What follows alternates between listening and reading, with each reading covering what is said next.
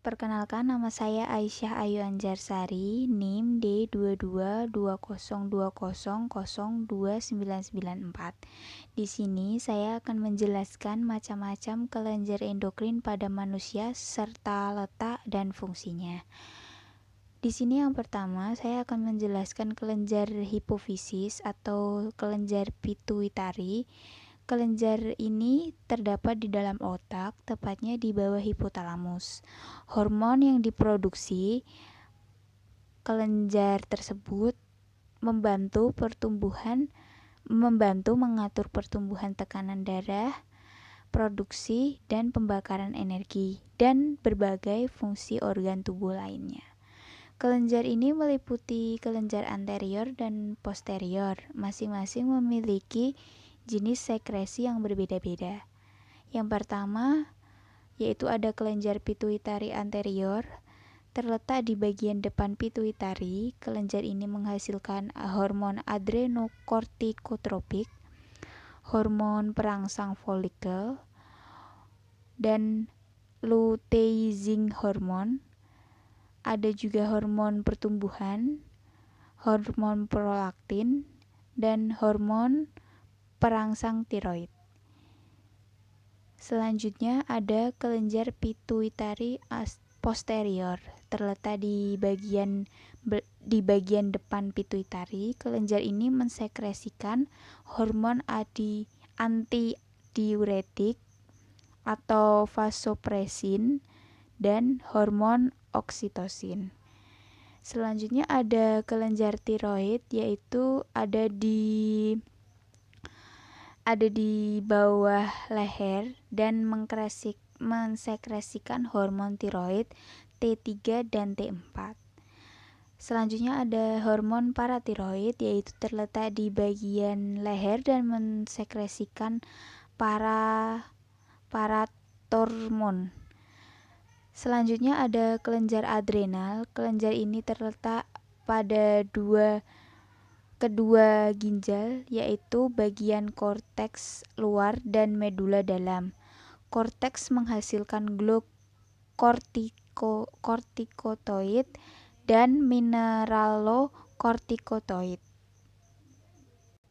Sedangkan medula menghasilkan non-adrenalin yang merupakan salah satu neurotransmitter atau hormon flight or fight.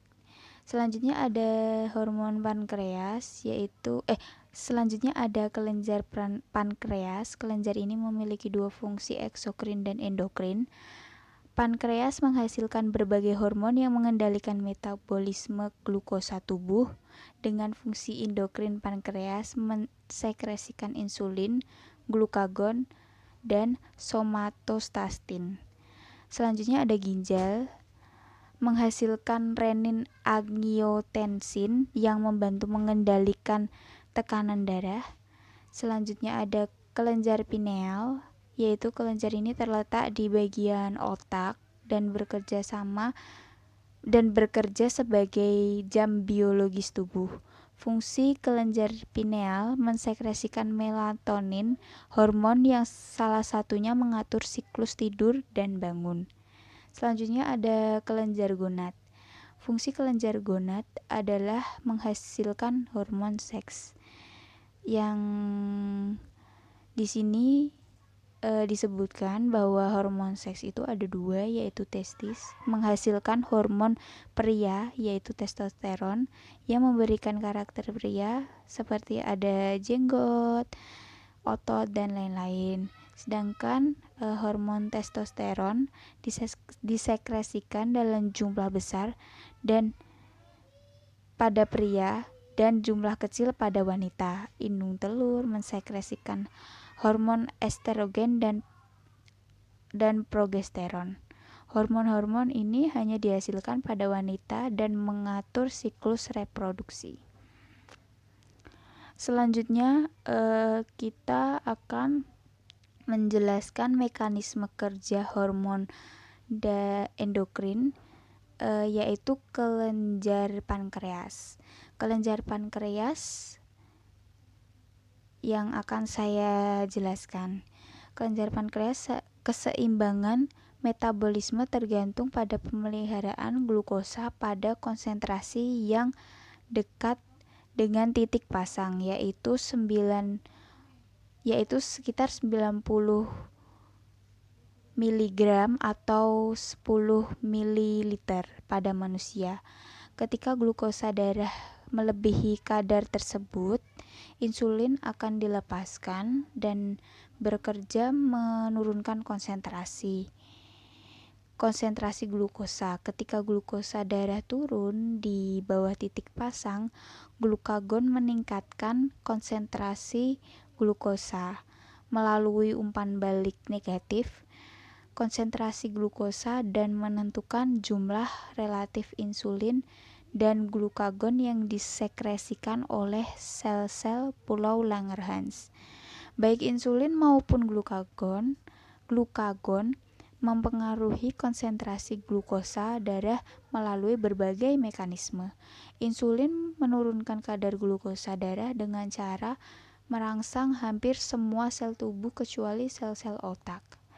Untuk mengambil glukosa dari darah, sel-sel otak unik ini mengambil glukosa dari darah tanpa insulin. Sebagai akibatnya, otak mempunyai akses terhadap molekul bahan bakar itu setiap saat. Insulin menurunkan glukosa darah dan memperlambat perombakan glikogen dalam hati dan memperlambat konversi atau perubahan asam amino dan asam lemak menjadi gula. Hati dan otot menyimpan gula sebagai glikogen, sementara sel-sel adiposa mengubah glukosa menjadi lemak. Hati merupakan pusat kunci pengolahan bahan bakar karena hanya sel hati yang sensitif terhadap glukagon. Secara normal, glukagon mulai mempunyai pengaruh sebelum darah turun lebih rendah dari titik pasang. Pada kenyataan, segera setelah kelebihan glukosa dikeluarkan dari darah, glukagon akan memberi sinyal-sinyal ke sel-sel untuk meningkatkan hidrolisis glikogen, mengubah asam amino dan asam lemak menjadi glukosa, dan memulai pelepasan glukosa secara perlahan kembali ke sirkulasi dalam.